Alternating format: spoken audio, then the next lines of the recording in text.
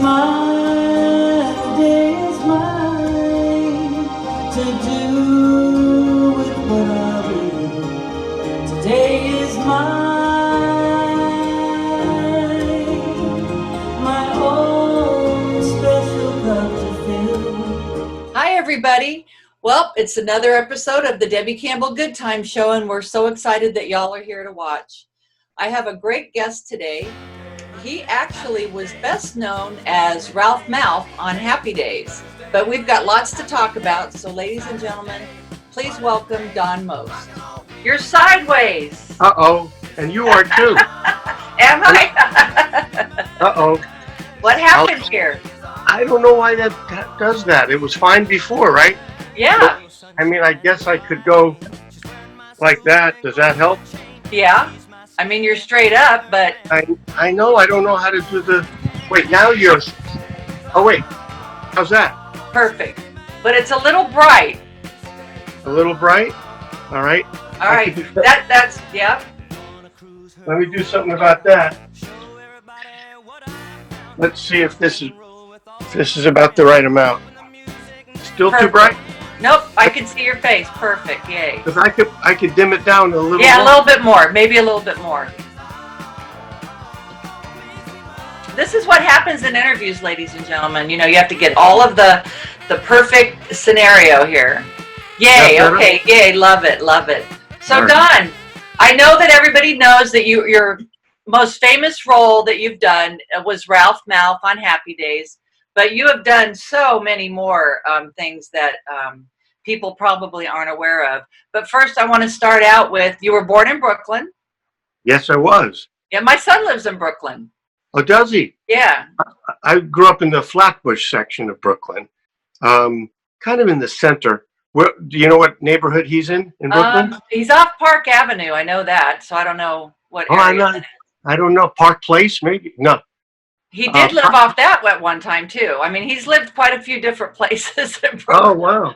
Yeah, well, Brooklyn's a happening place now, so. Yeah, oh, yeah, I know. Yeah, especially the other night with all the protests and everything. But, yeah, but thank God that's all over. Yeah, thank goodness that's not going on much anymore. But, yeah, he's probably been there, 12 years almost. Oh. Yeah. Yeah, so cool. So I like New York. I love going and seeing him. But anyway, while you were in New York, you did go to college. Yeah, I went to college in Pennsylvania. You know, I mean, I was going to high school in Brooklyn and all that, and then I went to Pennsylvania, to Lehigh University for college. It's in Bethlehem, near Allentown, Pennsylvania. Oh, okay. Went there. Yeah, that song Allentown, Billy Joel, right? But anyway, I was there for 3 years, and then I went out to California for the summer after my junior year, because I had been working in the New York area doing a lot of commercials. I was commuting back and forth from school, doing a little bit of TV and a lot of commercials. But I went out to LA for the summer after my junior year to make some more contacts and try to line up some good networking so that when I graduated, I might go out to LA, because that at the time, this was 1973, there wasn't a lot of television production in New York except for soap operas. They weren't doing all the kind of series that they're doing these days, and there wasn't. Occasionally there'd be a film shooting in New York, but most of the TV and film was out in LA. So I thought I'd go out there. So I went out there for what I thought was just going to be the summer, and then go back to Lehigh for my senior year. But I never made it back to Lehigh. Did you finish college eventually? No. Never have. No, I still have a year to go. Bucket list item. No, I'm kidding. Now, who knows? So you landed Happy Days on your third interview. That's awesome. No, it wasn't really my third interview. I think somebody else read that somewhere. No, it was my third job out there, fourth job. I went on a bunch of interviews. That summer, I landed a role on a TV show, Room 222, and then I landed a role on Emergency, where it was a very dramatic part. I played a guy that got kid that got paralyzed in an auto auto accident, completely paralyzed. And then I did a police story where I played this mad bomber, you know. So then, but then I went on a ton more of interviews for other things. But then the next job that I got after that was Happy Days. Right. I bet that was fun. I bet that was a fun. Oh yeah. I mean, gosh, what was it? 11 seasons? Now look, you're gonna have to grow up. Just talk to your father, okay? Better, you get Richie to do it. I still got it. It did run 11, but I only did the first 7. And I left after the 7th year. Oh, really? I wasn't aware of that. Wow. Yeah. So did Ron Howard.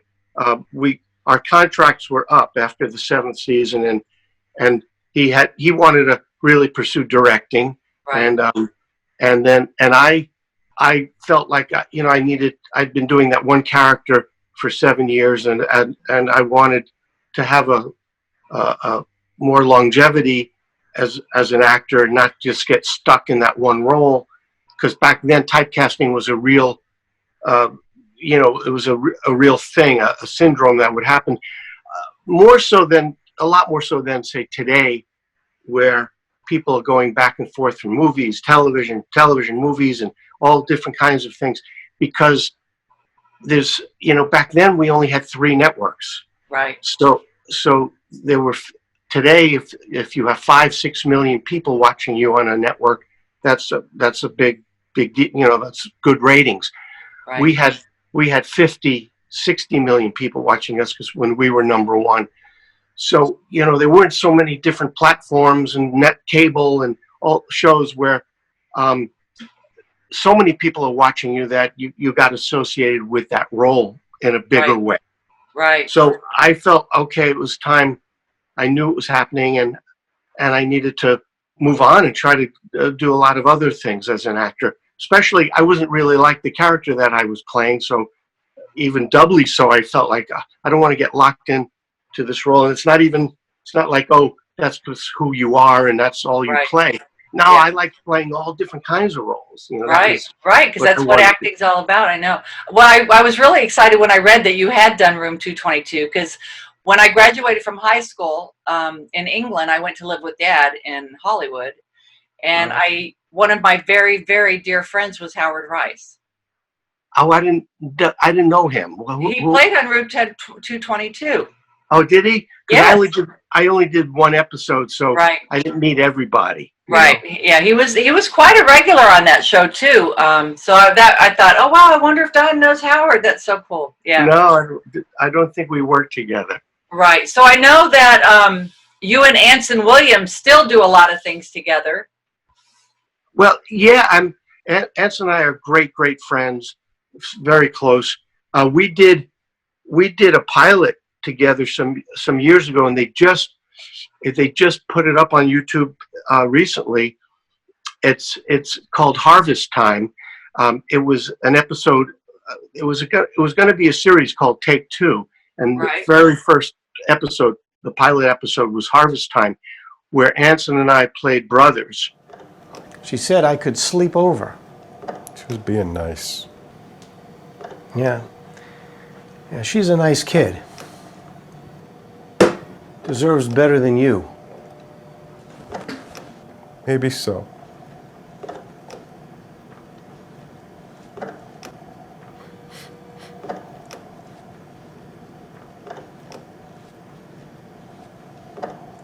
Listen, about the kidney. I don't know what I'm gonna do. Maybe we can work something out. Yeah, come wash your car.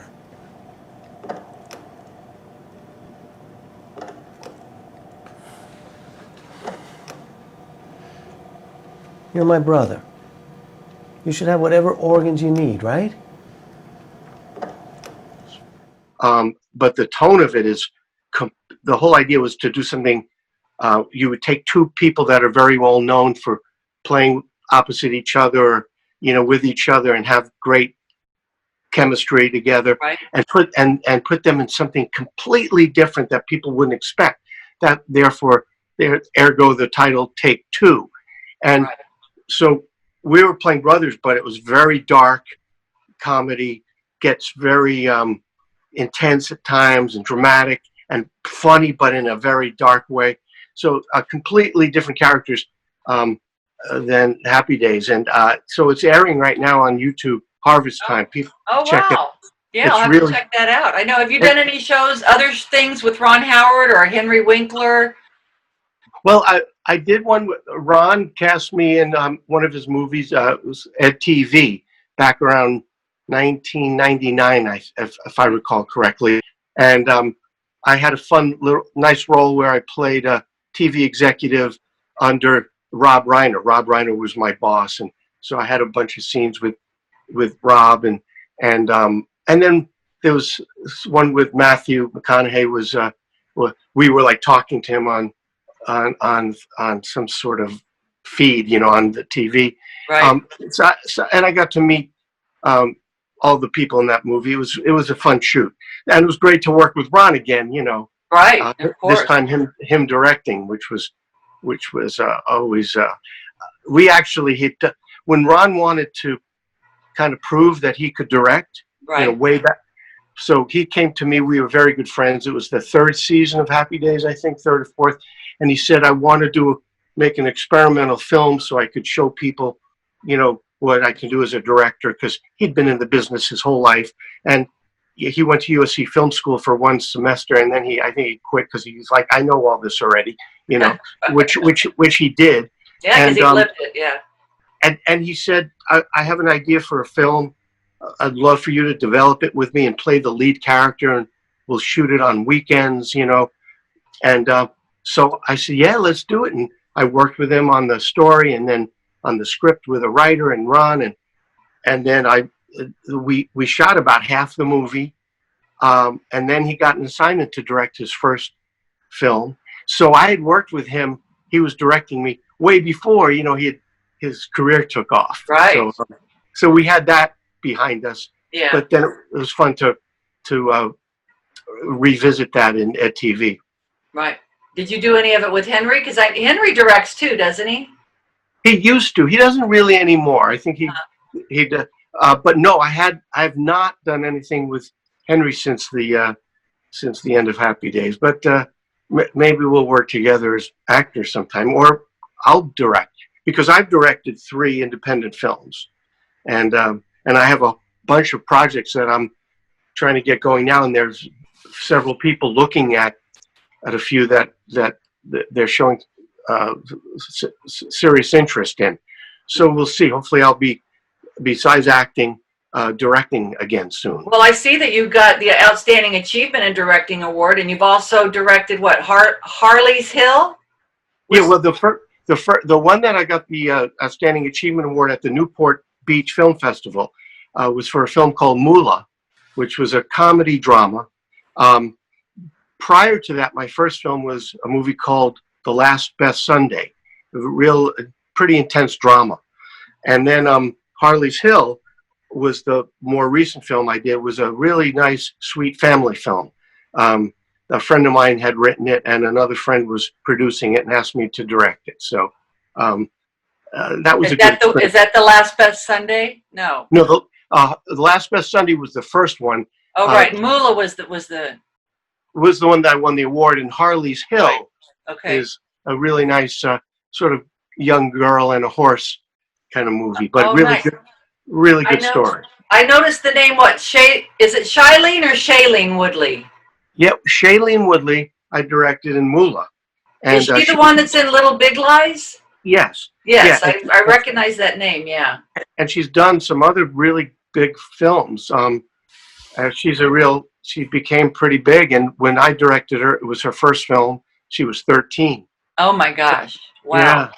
I'm beginning to think that all these actors that are coming up the ranks, they've all been child actors in some way or another, Well, some are. I don't know about all of them, but definitely some. But she was a delight to work with, and I knew she had serious talent back then when I cast her. Right. Because there were some other girls that were up for the part, and some of the producers were leaning toward, they liked one or two of the other ones that had a bit more of a comedy feel. But I said, no, I really love what Shailene brings. And there was something so honest and I thought that was more important for the role. So And I Daniel cast. Baldwin was in that too, right? Yeah, yeah. Daniel Baldwin was so great in the movie. He was so good, so funny, and just great. And then William Mapother, who he used to be in Lost, and he did a really good film. What was it called? Another Earth, I think. And great actor. And then Curtis Armstrong, who you've all seen in many things, he was in it. And Doug Hutchinson, who's a great actor. Charlotte Ross, and Ephraim Ramirez, who had been in Napoleon Dynamite.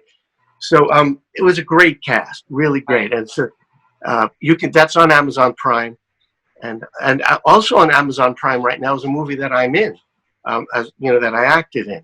A pretty dramatic film, a very What's different. it called?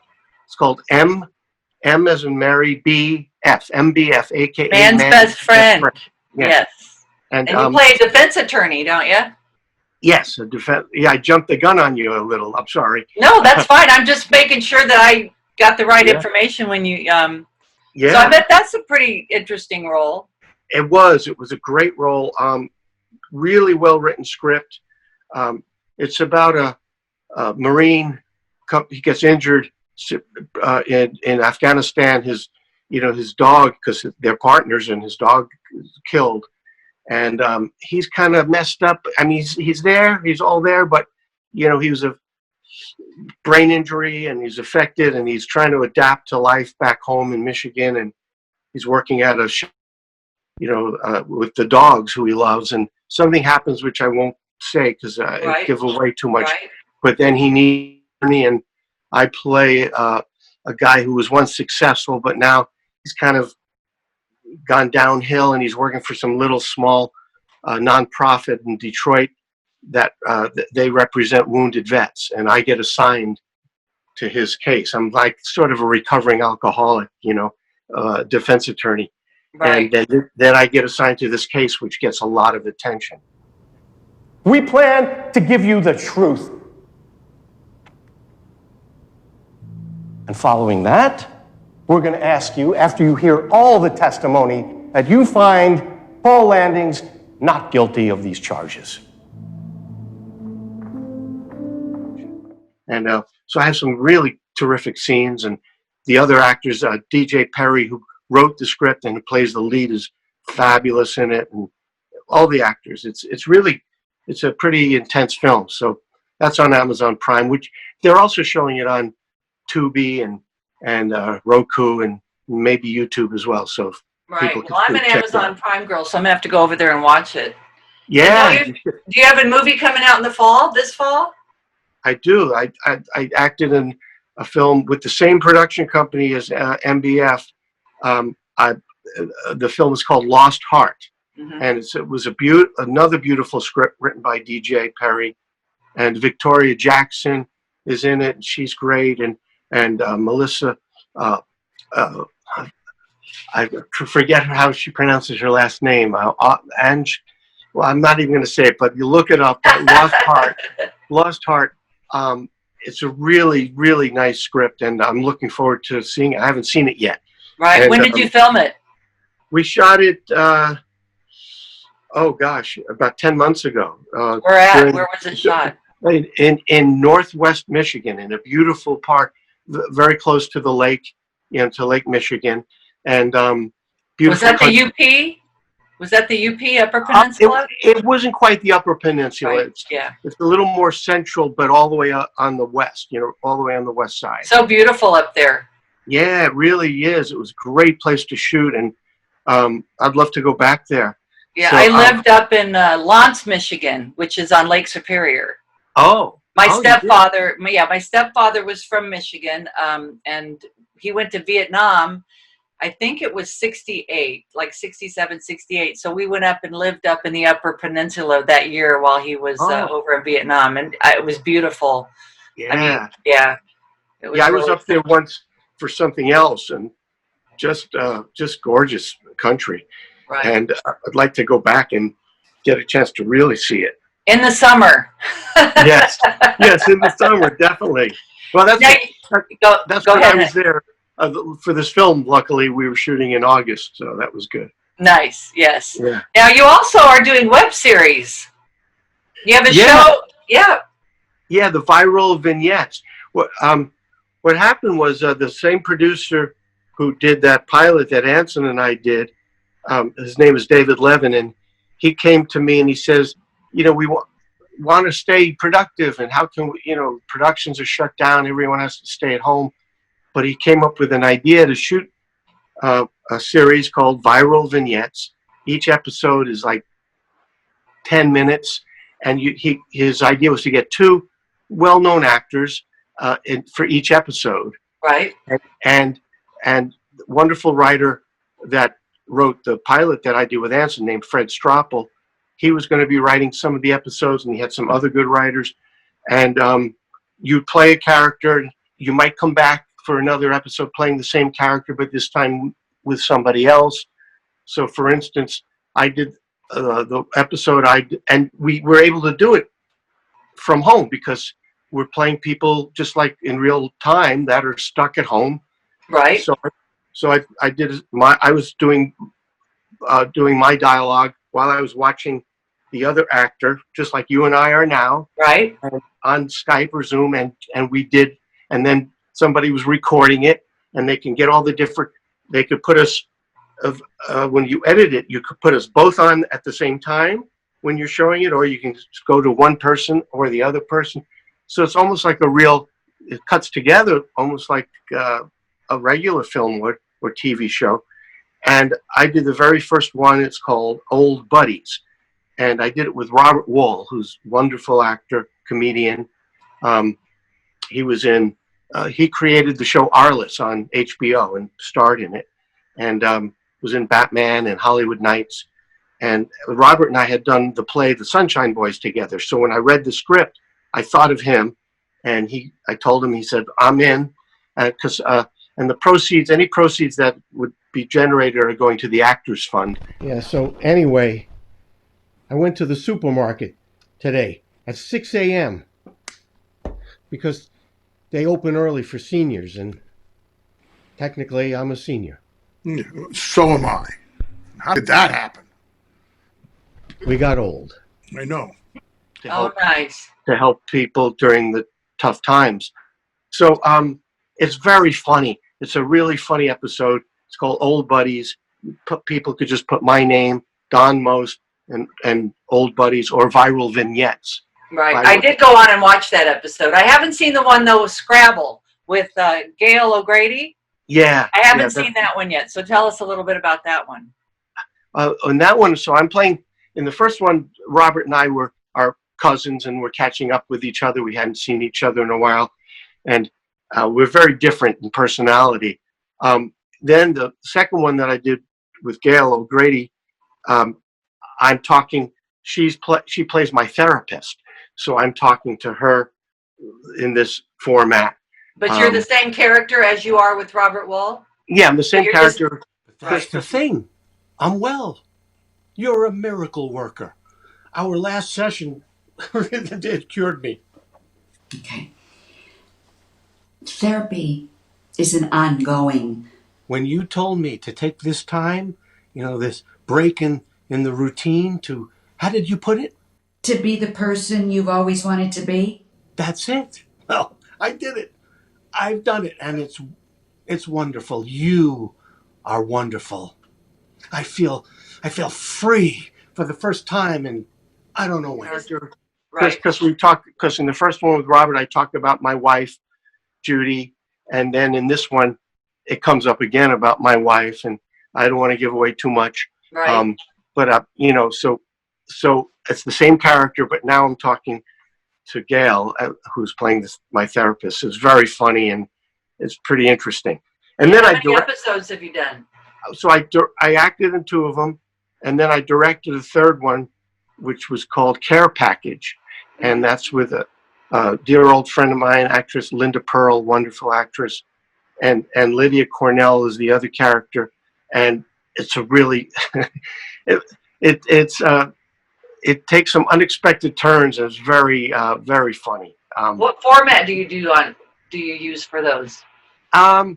We were shooting it. the first one might have been Skype, Okay. but then I think then we used Zoom on the second one I did, and then the one I directed. I think the producer, David Levin, switched over to Zoom. I think it afforded him some more choices. Right. I had a question back a little while ago, but I let it go because you were telling such great stories. You did a recurring role on Glee. Yes. What was the role? I played the father to the character Emma, played by Jayma Mays.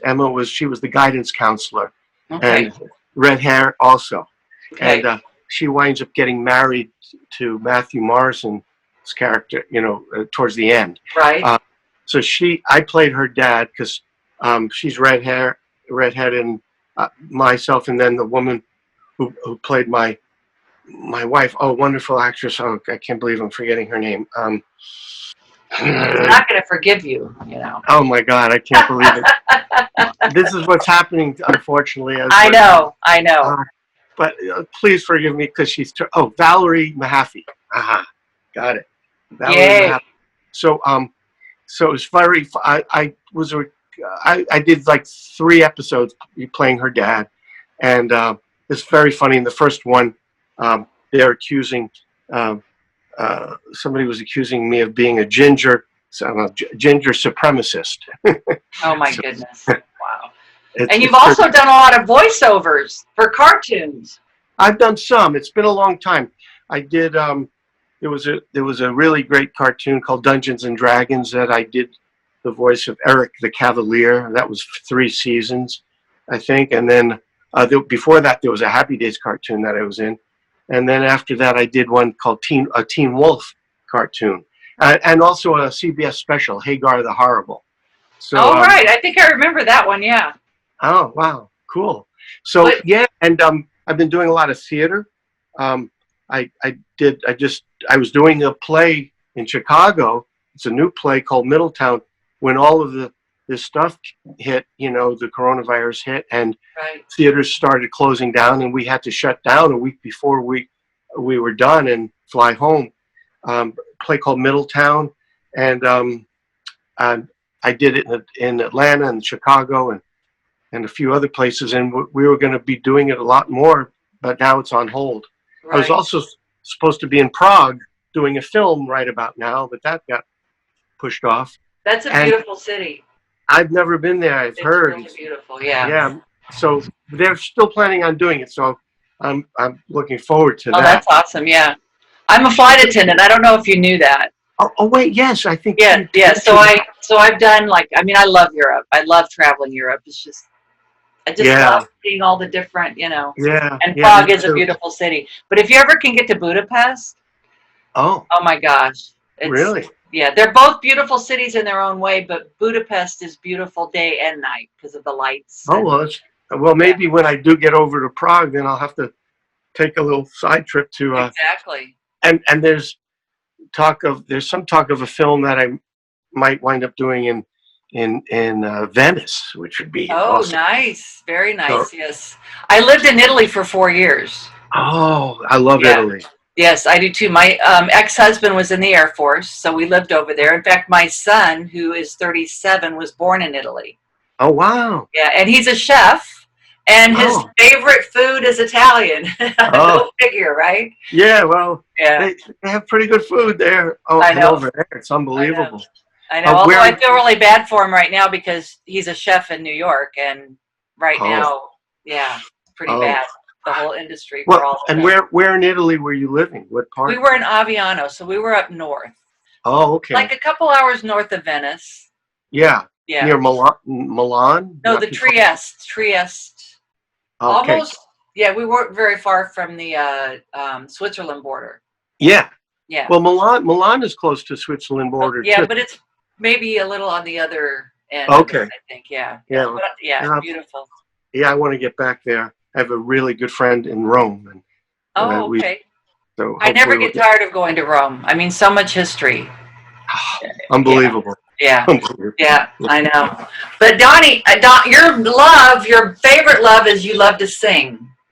Well, it's certainly, I do love it. I love acting also when it's the right people ask me, they go, "What do you like better?" And I go, "Well, it's a little tough to compare because, you know, when a lot of the acting roles that you don't always get like the greatest role or one that you get to pick." Right. But when I'm doing a show, if I'm doing like a concert or doing a nightclub, I'm picking all the songs. Right. I'm picking, working with the musicians on the arrangements and all that. Right. So I'm in control of all that. So it's not apples to apples. So generally speaking, yeah, I would might prefer singing. But if I get that really good role, you know, like these last couple of films that I've done, then I enjoy that just as much. Right. You know, Right. then it's like they're right up there with each other. But Right.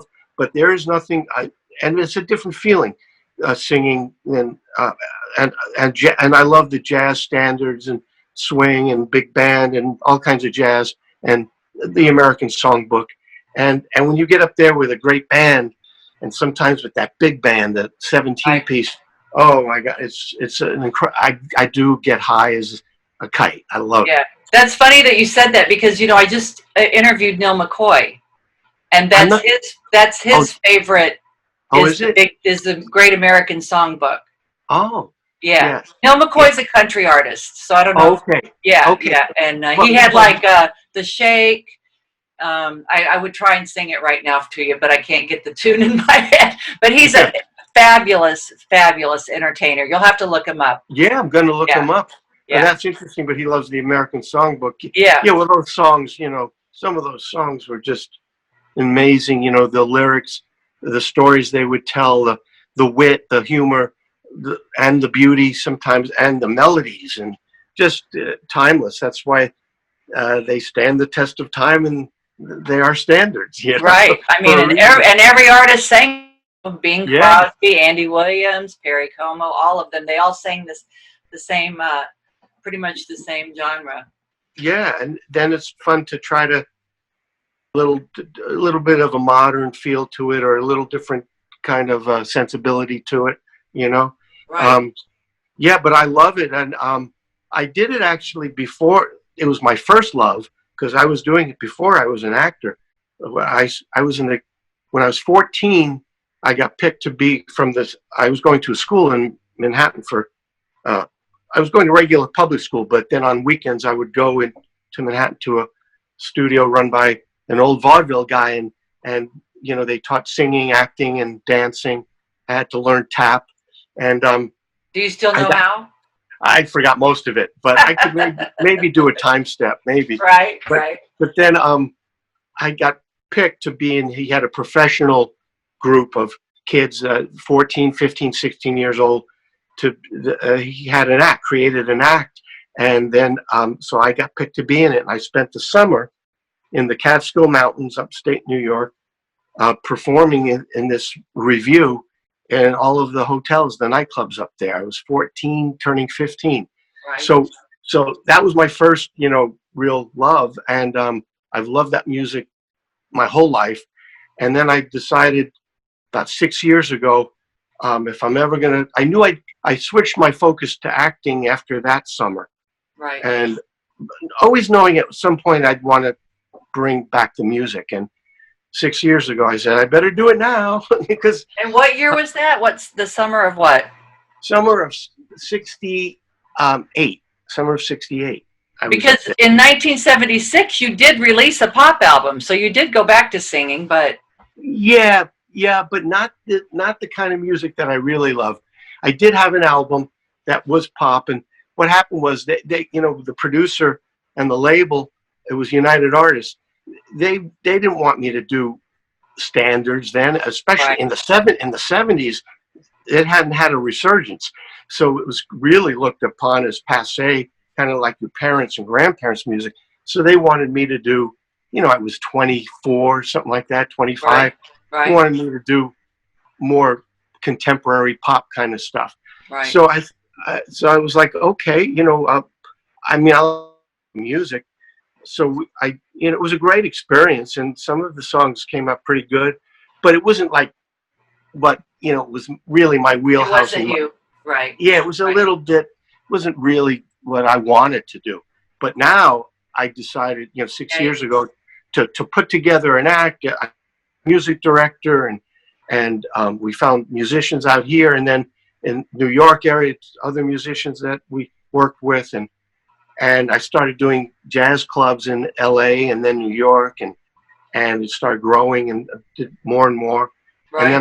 And then I released a CD called Mostly Swinging. with Right. great, Now great is that with the Orlando Jazz Orchestra or no? No, the Orlando Jazz Orchestra was live performance that I did down there in Orlando at a venue called Full Sail. And I have a bunch of video. I've created some nice videos of samples of some of the performance with that orchestra. They were great. But the Mostly Swinging is a CD I did in LA, and the producer arranger, a guy named Willie Murillo, fantastic arranger, a great trumpet player, and he assembled, some of the top LA jazz studio guys, and it does swing. It's called Mostly Swinging.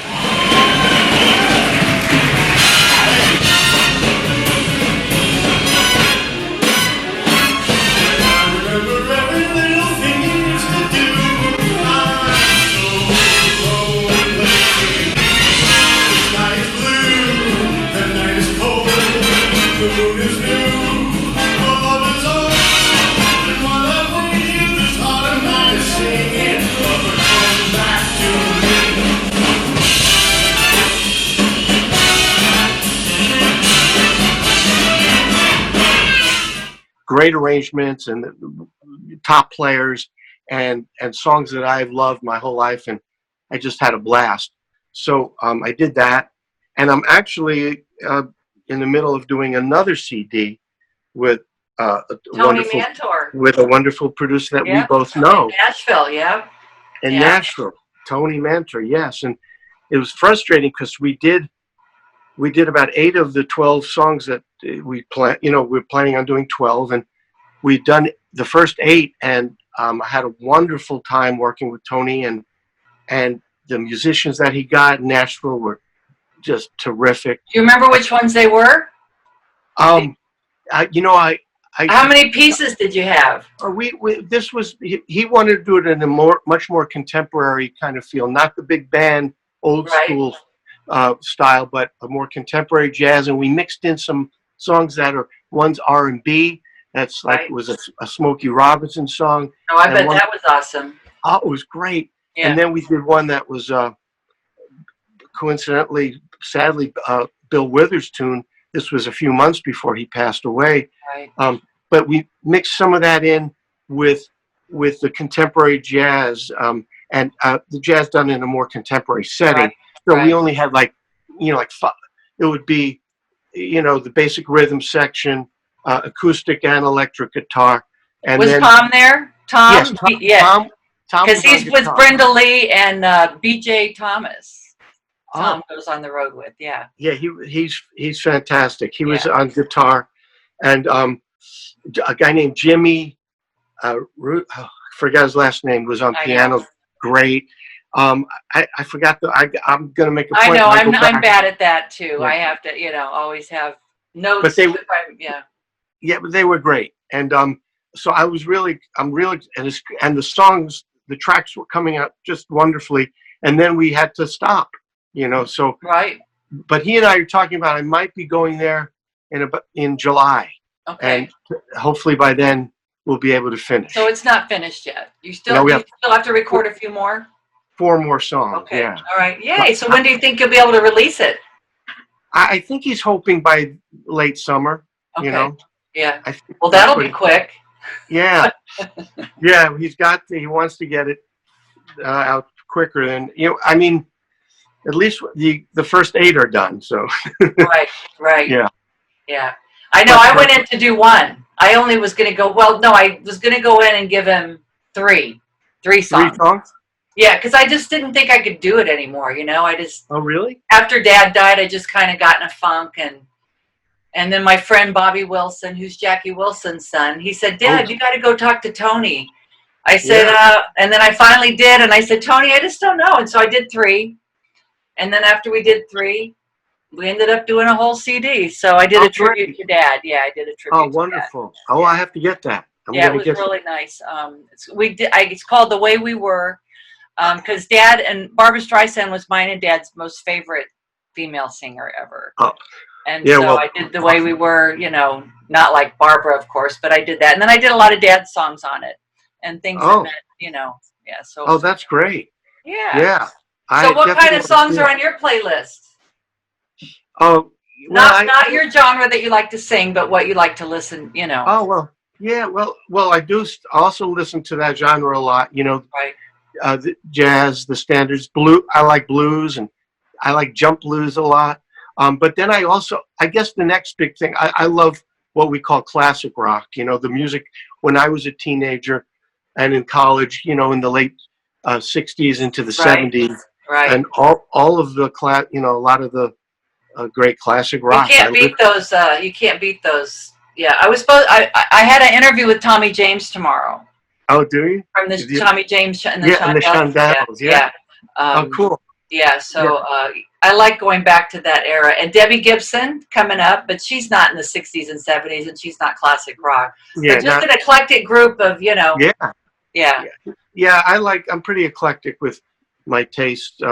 But those would be my go-tos, like on my Sirius stations, it would be, the jazz and the Sinatra station and jazz, and then all the vinyl or whatever there's 2 or 3 classic rock stations, Right.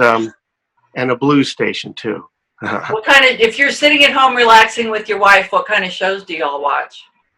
We haven't been watching, for years, we didn't watch a lot of TV. I don't know, we kind of lost interest in watching a regular ongoing series. Right. Occasionally we'd watch a special or a movie, but for that we did wind up watching a few of the series and binge watched a little bit, like Through the quarantine.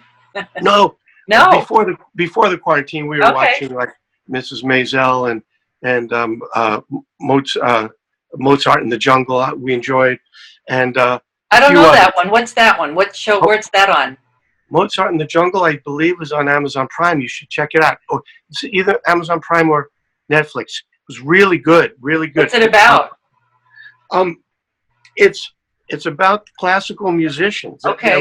Like they're in New York at like a philharmonic, like a New York Philharmonic, and then they bring in some hotshot young new conductor from Latin America who's, they want to try to make it more sexy in terms of the appeal, and Malcolm McDowell plays the guy who used to be the conductor, and he's still involved.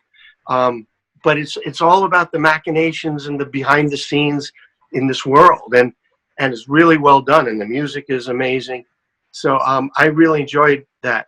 But during the quarantine, the funny thing that happened was, since we weren't watching anything, that we were feeling compelled to watch, my wife said she thought during these times, and she believes in comedy therapy for a lot of things, like not watching things that are too scary or too violent or too this, so comedy. And she said to me, there's many episodes of Happy Days that I've never seen.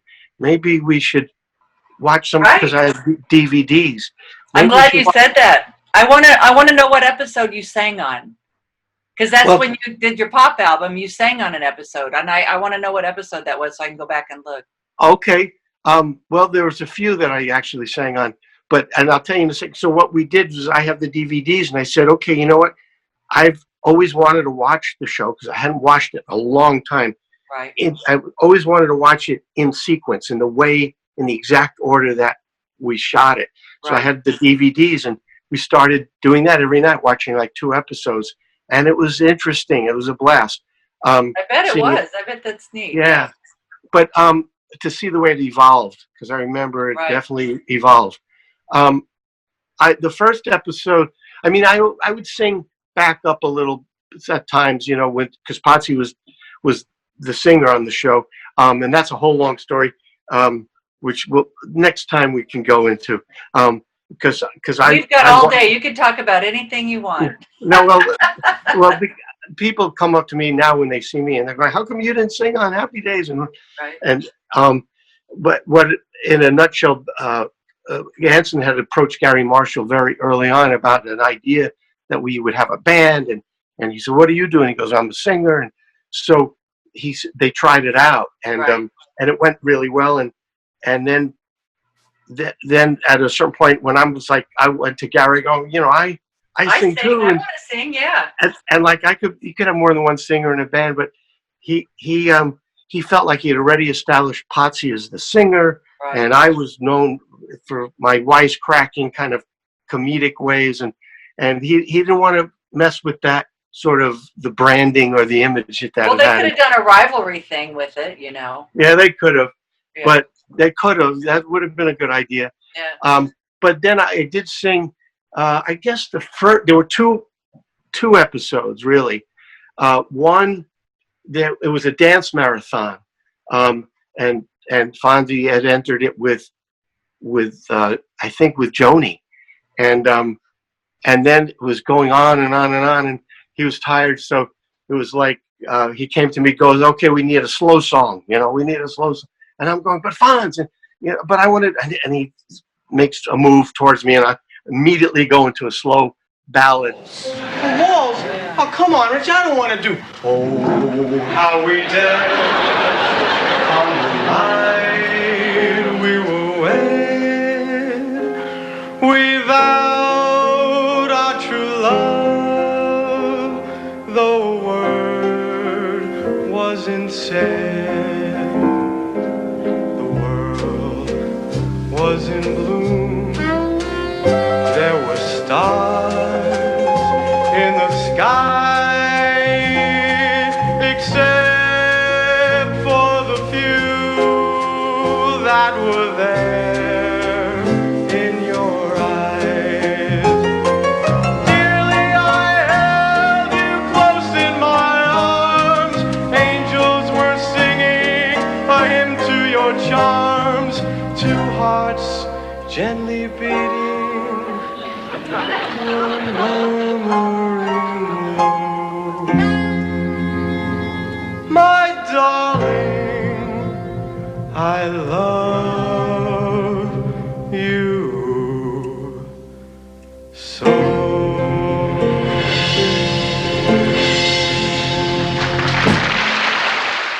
I loved Al Jolson when I was young, so they picked. It was a song called "The Anniversary Song," real slow, pretty ballad. So I sang that. I don't know what season. It might be season 4 or 5. I'll have to look them up. Yeah, I'm sure. Yeah. Ask Alexa. She'd probably tell me, right? Probably. Probably. But then there was one other one that was a special Valentine's show where Joni was having these like daydreams, fantasies of different. It was of all the different characters, and each was a musical production for each character. Right. That revolved around, love, for Valentine's Day. So in mine, I'm singing, and you see me. I'm singing "My Funny Valentine," and I won't tell too much else because there's a twist to it. So don't give it away. Yes. Yeah. Yeah. So, do you ever get back to New York? Yeah, I was getting back. Do you have any family there at all right now? Yeah, I still. Yeah, I have cousins that are still in the New York area. Long Island or New Jersey, Connecticut, and so mainly cousins that are still there, and a lot of friends that I grew up with and went to school with. And I went back. I've been, for gigs. I did 54 Below like 4 or 5 times. It was a great club there in the Broadway section, and the Iridium Jazz Club I played, and a really nice venue called the Cutting Room. So and then to visit, I usually try to combine those to visit with my family and friends. Yeah. But I haven't been back there now in probably about a year. I can't remember what that. I sang with Dad in New York somewhere. Was it the Jockey Club? Does that sound familiar? No, that's not it. I don't think so. Maybe something 21 or I Oh, can't, yeah, there's a 21 Club or something something. like Yeah. We did some corporate date there. I'm thinking that was the name of it, but anyway. Yeah, it Yeah. was a fancy restaurant, I think. Yes, maybe. Might have Yeah. been, yeah. So, not Broadway, huh? No, I haven't done Broadway. I was in a Broadway tour once of it was the same company, like it was the show, the Tommy Tune production of Grease that Okay. was being done on Broadway. They then put together a Broadway tour. So same producers, same director. And so I was in that cast, and I did total about 6 months on the road with that. Oh, But wow. I didn't do it in New York. I would have liked to, Yeah. but I don't know what happened. I can't remember. But I'm still hoping. A bunch of people are saying to me, "Oh, you should, do something on Broadway with the music and Absolutely. all." Yeah, So, absolutely. so maybe that'll happen still. Yeah, I was talking with Barry Williams about that. I guess he's done a lot of Broadway stuff. Yeah, he's done some. I think so. And he also told me a story about you and him. Did you go to Dad's set? Because was Happy Days set the same set that Dad had, the Goodtime Hour? But Barry No, Williams yeah, he said something about, he said, well, you have to ask Don about that, that he went with you. I didn't know. I mean, we shot at Happy Days. We shot at Paramount Studios. Okay. So I don't know where. I think Dad was CBS. I mean, if I said that wrong, oh my gosh. Yeah. Yeah, because I don't recall anything about the Goodtime Hour set. Right. I don't Yeah. think so. Wow. But- Okay. I don't know what he was talking. He just said to mention it to you, and I didn't know. Yeah. Huh. I don't know. I'm gonna look that up now. I'm gonna. Yeah. have to I know Google exactly. it. I 'Cause know. maybe there's something that I'm like I was never aware of that I'm oblivious that I've been oblivious to. Right. That's possible. Yeah. So, do you have a bucket list, Don? Is there something that besides Broadway, or Well, I still want to do so much more as an actor. There's so much more, and it's starting. Like I was alluding to earlier, it was a little difficult when I left the show getting the kinds of roles that I really wanted, or even getting to audition for those because I was so associated with the character on Happy Days. Right. And it was kind of like banging your head on the wall for a while. And I'd peck away at it. I'd get a part here and part here that would help to pave the way for the next one, and and sort of just keep doing it. And theater, and because I'm older now, and I'm certainly in a different age bracket than back then. Now these roles have been starting to come more and more frequently, and really interesting roles. So that's what I feel like I want to continue that in a big way, and there's so much more to be done in that realm, and then hopefully direct some more films, possibly TV. I don't know, and I want to keep doing the music. I mean, you need to find a role that you can put your music in with, like somebody's story out there that back in the day that did the big band stuff, that would be perfect for you. Yeah. Yeah. I have a friend who's in the music business, but he's also got a really good mind for film. Mm-hmm. And he came up with an idea that would do of a vehicle, a story that would do what you're talking about, combine the two. Yeah, that would be awesome. So we've developed it, but we need to. It's not fully developed yet, so we should probably work on that. Right. Yeah. So you have 2 daughters. Are they in the business? No, not at all. No. No, they're. My youngest daughter was interested in it for a very brief period of time of pursuing it when she was like 9 or 10. Right. But then she lost interest, which when she started going on auditions, went on a few, and the audition process is just can be brutal, you know. And then it was like, she lost interest, and I was not upset because I felt like, well, I won't stop her, but I didn't want to encourage it at that age. Yeah. If she decided she really wanted to do it later on, fine, but I didn't want to push her, but I didn't discourage her from it. But part of me was like, I was not unhappy when she didn't want to pursue it anymore. I mean, it's hard. Yeah. I mean, my Yeah. son, he's in LA, my youngest, and he's in LA, and he does the same, you know, he goes on, he's been in a few things, you know, and he's done a lot of commercials, and he still goes to a lot of auditions, but it's just really day to day, you know, day to day paycheck right there, you know. Yeah, and it's sometimes seems, you know, unfair or cruel, and it, all of those things. It's I mean, it's tough. I guess in any field, but I think this one is particularly can be cruel. Right. Know? And he won't use his grandpa's name, which is fine because Dad wasn't an actor. I mean, even if he acted at True Grit, he said he wasn't an actor, you know. So he, you know, but he makes a living, so that's good. Yeah. That's great. Yeah. That's great. Yeah. That's a lot more than most can say. You know, it's unless you get that role, that prime role, like on Happy Days, you know, and then that was an amazing experience and opportunity to work with fantastic cast and crew and producers like Gary Marshall, who was a genius, and our director Jerry Paris was amazing, and you know, and we became family, which was great. Right, and everybody still had. Everybody still has a great career. You know, all of them have gone on to have great careers. So that's awesome. Yeah. Yeah. Well, Don, I can't thank you for talking to me today. I've learned so much. I'm sure the audience has learned so much, and this has been a lot of fun. And I want to come and see one of your shows when you're out there doing the big band, because I think that'd be amazing. That would be fun, and then you can come up and do something with me. Oh, I'd love it. And when you go back to Nashville, just tell Tony to give you one of my CDs. He's got them. Yeah, will. Yeah. I definitely will. But yeah, maybe we'll be able to combine.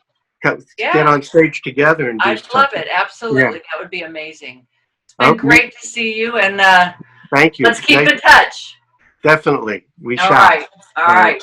Have a good one. Thank you, Don. You have a great day. Go plug in your phone.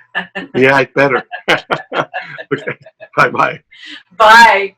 Well, that's our show for today. I want to thank Don Most. Oh, my gosh. What a great, great interview. I love that. Come back next week, y'all. We'll have another great artist on the Debby Campbell Goodtime Show. Have a great evening and be kind.